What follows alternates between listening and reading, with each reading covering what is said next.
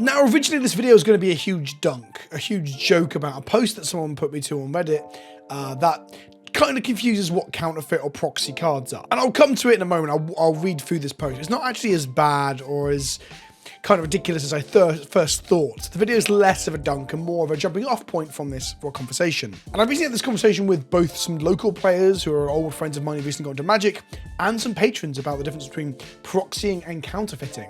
The difference between fake cards and cards that we all know are fake, that aren't trying to pretend they're not fake. And like any good script, not this is very scripted at all, that's some foreshadowing for the point later on. So let's talk about counterfeits and how they differ to what a proxy is. If you want to pick up single product or sealed product to help support the show and help support a store that is a local game store for many in parts of America, why not check out coolstuffinc.com, use the code Kenobi at checkout, get 5% off your order, and it helps to support the show. The Reddit post in question here was on the competitive CEDH Discord about a day or so ago, and it says, what are the consensus on no proxy tournament? Should that include counterfeit cards? To preface this, I've never been to a CEDH tournament, only played at my local LGS. I made a rule to not spend more than $300 out of pocket, no trade-ins on a piece of cardboard. As such, I did not purchase LEDs, Mox Diamonds, and a few OG jewels. For those of you that are thinking, what the fuck is this person talking about? CEDH is the highest tier or highest power level of Commander. It often has very, very, very high power level decks that look to win very, very early with efficient combos usually, and fast mana is a common part of that. LED, Mox Diamond, and original duels give you access to efficient color fixing, fast mana, or broken mana in the case of LED. I guess Mox Diamond's kind of broken too. That's what they're talking about, is getting hold of the fast mana that allows you to play the most powerful EDH, which is played in tournaments now. And if some of you are going to complain in the comment section that CEDH isn't real EDH, then just grow the fuck up. There are different ways to play games, and just because it's not quite the way you like to play, or it makes you feel like you might not be as good at the games you think you are when you're pub stomping someone who's playing a 6 and you're playing a 9. I know who you are out there. There are a bunch of players that don't like competitive EDH or competitive Magic in general, or competitive Warhammer even, because they say it ruins the sanctity of the game. But in reality, they're just a little bit nervous about the fact that they're not the big dog in the pond. But when they look a little bit further out, there are players that are better than them and doing more interesting and powerful things than they are doing in the confines of a more cutthroat environment. And that's okay, by the way. It's okay not to be the best at everything. It's something that I learned a long, long time ago, because I'm shit at everything. Back to the post. But I also hold some integrity when it comes to playing proxies. Normally I wouldn't, and my play group is against it, but after joining the community and spending the money on a lot of cards, it certainly feels like nice to proxy what I want or need. I do want to point out that word of integrity here is kind of laughable. There is no integrity to be had when it comes to proxying. Not that I'm anti-proxy, but my point is, like inkjet printed proxies versus like fake cards or counterfeits that we're coming to, neither of them are more integral or hold some sort of virtuous ethical standard. Hold up, pause on this very unfortunate looking face of mine for a second. I misspoke here. I'm talking about how having one proxy look just like a Magic card and having one be, a smear of black ink written on the back of a forest, neither of those are more virtuous when it comes to proxying. There is, of course, a moral argument that counterfeiting and illegally and breaking of the game rules in a tournament league using counterfeits is not virtuous. It is actually at a lower ethical standing than inkjet printer or writing on a forest, because you are looking to deceive or break rules. Obviously, there's an argument around whether those rules are legit or not, but we'll come to that later on. I'm still very anti-counterfeit. We'll unpack that more as the video goes on. The only argument is whether or not A, your opponent knows about it, B, you're breaking the rules of the environment you're in, and C, your opponent can read what your fucking cards do. I'll come to all of that as we unpack at the end of this post, not the end of the video. We've got some time to go before that. I don't have an issue with my opponents proxying an entire deck neither, as long as they made the effort to print the cards and have them resemble the actual MTG cards. Now, there's an interesting point here about this.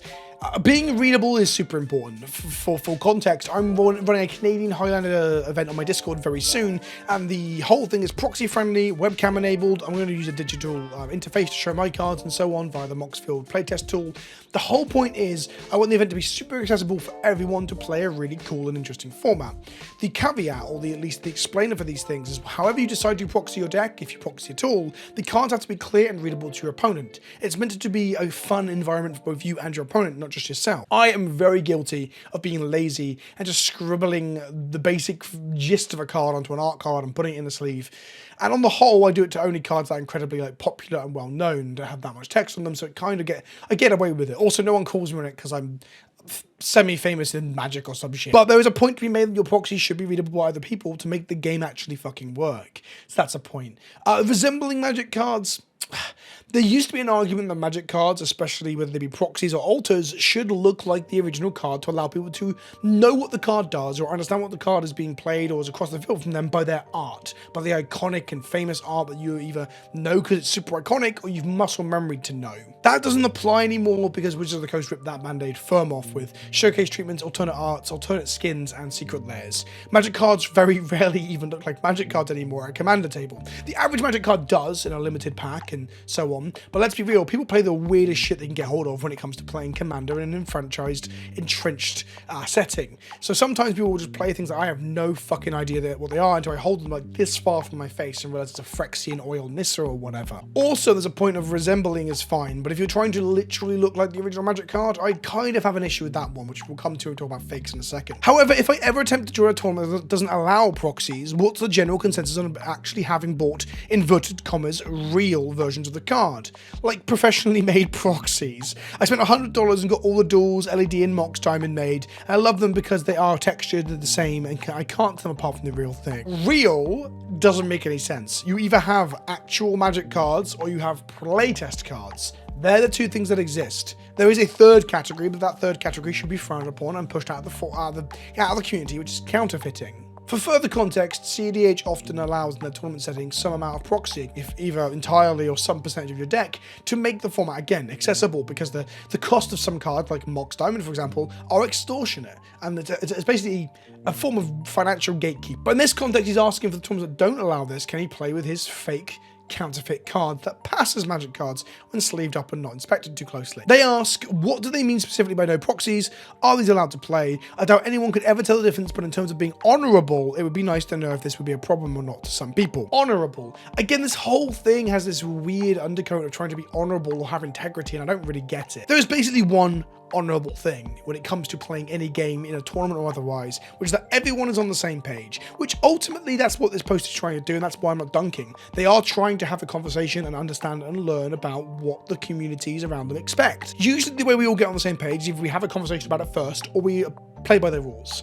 Like, I'm not a stickler for rules in general as a human being living in society, but I am a stickler for rules in games because it's a way of making things fair, that everyone knows what's going on. So, with that said, let's talk about the difference between fake counterfeit cards and proxies. A fake or counterfeit card would look like this, at least without being inspected under a jeweler's loop or similar. I'm not going to go into the full details of how you can figure out whether something's fake or not. It's not about that, it's about the ethics and the philosophy behind it. But the point of this card is to trick somebody, either in a tournament or a gaming environment, that this is the real deal, or even trick somebody when they're buying, and that's where the real problems start to occur. This, on the other hand, on the other side, on the right here, is a proxy by the Proxy Guy, a relatively well-known proxy artist within the Magic community. On the left, we have a card that is using every piece of copyrighted material it can from Magic the Gathering with absolutely no consideration for laws, rules, copyright, and similar, to basically infringe, to basically lie. There's an intent here of pulling the wool over someone's eyes. Meanwhile, on the right, the proxy itself is very clearly not the original card. In essence, there are some unethical ways to do proxying, especially if someone is profiteering off of it. I'll come more to the counterfeits and why they're a problem in the moment, because there's people already typing in the comment section, down with capitalism, down with wizards, which in some ways I agree with, but I don't necessarily agree with it in the case of let's counterfeit everything. Proxies are proxies. They are just that, the term proxies. They're standing in for something else. And a stand-in for something else is meant to be very clearly a stand-in for something else that facilitates essentially a gaming environment. You know I've got an Underground Sea because I have a proxied Underground Sea right in front of me. The problem comes when these things are sold, or at least sometimes. I don't think it's bad to pay for the material costs and the work of an artist or a designer who has put together proxies, especially if they are respecting the fact that they can't use the original IP of someone else, and they're using artwork with license and permission and similar. The real problem is that the majority of proxies that you'll find online in online spaces, I mean, Temu is a good example of just lots of fake shit on there. There's tons of copyright infringing stuff on that platform. It's crazy. There's just playmats utilizing official Wizards artwork and stuff that Ultra Pro have license to. and no one seems to care. It's weird. But then we get into a space of people just stealing other people's shit, not only the intellectual property of Wizards of the Coast, or artists who aren't getting compensated for the use of their art. And the clear thing about this is that Wizards of the Coast aren't anti-proxy. They just have a clear rule that you can't play proxies and playtest cards in DCI sanctioned events, official Magic tournaments that utilize the standings or qualification for events or the whole like sort of Wizards organized play system. That doesn't mean that you can't hold events that are proxy friendly. You just gotta be careful around how that works with your WPN status. I can't talk to that too much. Now, to address that point of like, well, Magic's getting too expensive, I'm just gonna counterfeit everything.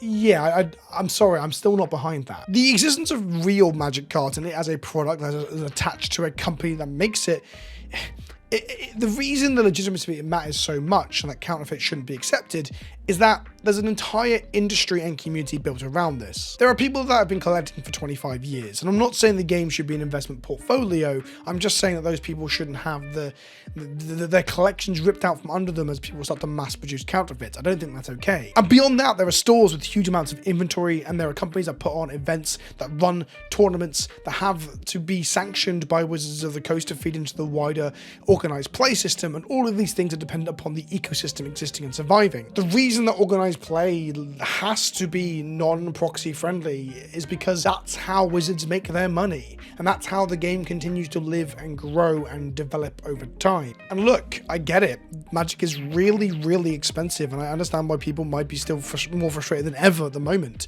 Modern Horizons 3 is just too expensive. This pricing structure that Wizards of the Coast are approaching right now is developing a world of have and have-nots, of people who can afford to play at absolutely premium prices at Modern Horizons 3 pre-releases and to buy the packs and similar, and those that can't. The people are left with the poor people packets, the boosters for the main sets. That's why I do want to continue talking about pricing on the channel. It's something I haven't really talked about that much in recent time because it wears me out. I often feel like I'm banging my head against a brick wall and demanding that the prices be adjusted or that people don't buy into precons that are over $100. But I also understand that game stores and companies, their entire infrastructure is based on the back of these games surviving and being collectible, that there is a almost gold standard in the sense that real cards have to exist. If we move to a model of just everyone playing completely counterfeits, the game wouldn't last very long, and that would have huge negative effects on the game continuing to be produced, and tournaments being ran, and events being ran, and stores being open for you to play your games in. I'm not going to get into the weeds of like, there's things like Cube will outlive Magic. That's a statement that gets thrown around by the Cube communities, which is sweet and wholesome in some ways, and I don't know, it's not arrogant as such, it's not the word I'm looking for, but it always feels a bit more like, not maybe elitist. It's the idea that Cube as a cultivated limited environment will exist even when Wizards collapse and the game falls apart. And it will. But I also don't think that's a thing that's going to happen anytime soon either. Anyway, proxying exists, and most people are pretty cool with it. And if you actually read the replies to the competitive EDH post that I'm talking about, that jump me onto talking about the difference between a counterfeit and a proxy, well, most of the people are saying here they wouldn't even play in a tournament unless it allowed proxies, because that's kind of how the competitive EDH community goes. I like that a lot. A long story short, counterfeits exist to trick people, not only at the table, but also when being sold. Counterfeit cards being sold is a genuine problem, because once you buy a counterfeit card and then you realize it is counterfeit and try to sell it on, people aren't going to want to buy it off of you. It won't have the arbitrary value that a real or Wizards printed version will. So the counterfeits are trying to trick you, whilst the play test cards, the proxies, I use those two terms interchangeably, are simply there to facilitate you being able to play the game with your friends and other players. That's the key difference.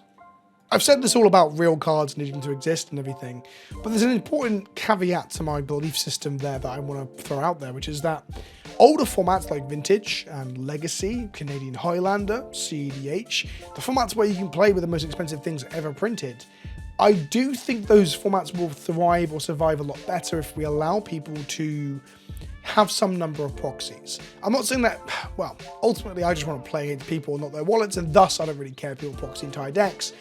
But I also understand and appreciate that this industry needs to survive. My sponsors, for example, Cool Stuff Inc., they need to survive by not having their inventory become useless overnight as we stop buying real Magic cards. But that said, you can't expect people to buy all these incredibly expensive cards to keep these old formats alive. So our option is either to let them die or become a rich man's game, or we allow some amount of proxying. Obviously, Wizards of the Coast are never going to come around to that. We're never going to see a Legacy GP or a Legacy Pro Tour or something on the 50th anniversary of Magic where they allow some number of proxies. That just won't happen. But they did print their own proxies last year. Non-tournament legal versions of the reserve list cards in Magic. Did I say last year? Was it the year before? Fucking hell, I don't know what year it is. So who knows what the future holds? But I thought I'd throw that out there as well, because I love Legacy, and I love these 100-card singleton formats that use all these old and interesting and weird cards from the reserve list or don't get printed. And I don't want to see those formats fluster and die simply because people can't afford to play them. I'm very, very pro-proxy, but I'm still very, very anti-counterfeit. Sorry about that. Anyway, this video's gone a lot longer than I thought it would. I thought it was going to be a really quick ditty just telling you the difference between a counterfeit and a proxy. The counterfeit is trying to mislead you, even when it comes to buying it. They will float into the system and people will buy fake cards until someone knows what they're looking for and says, sorry buddy, this is a fake version of the card.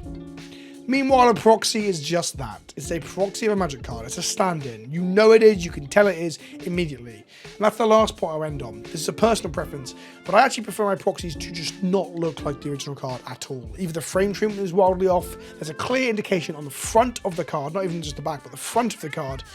That way we don't get any confusion when people are trading and buying stuff. I just don't think that having those go into circulation with the community is good for anyone, collectors or players. I've been Vince, also known as PleasantKenobi on the internet. Let me know what you think in the comment section below, and I'll see you in the next one. Ta-ta for now.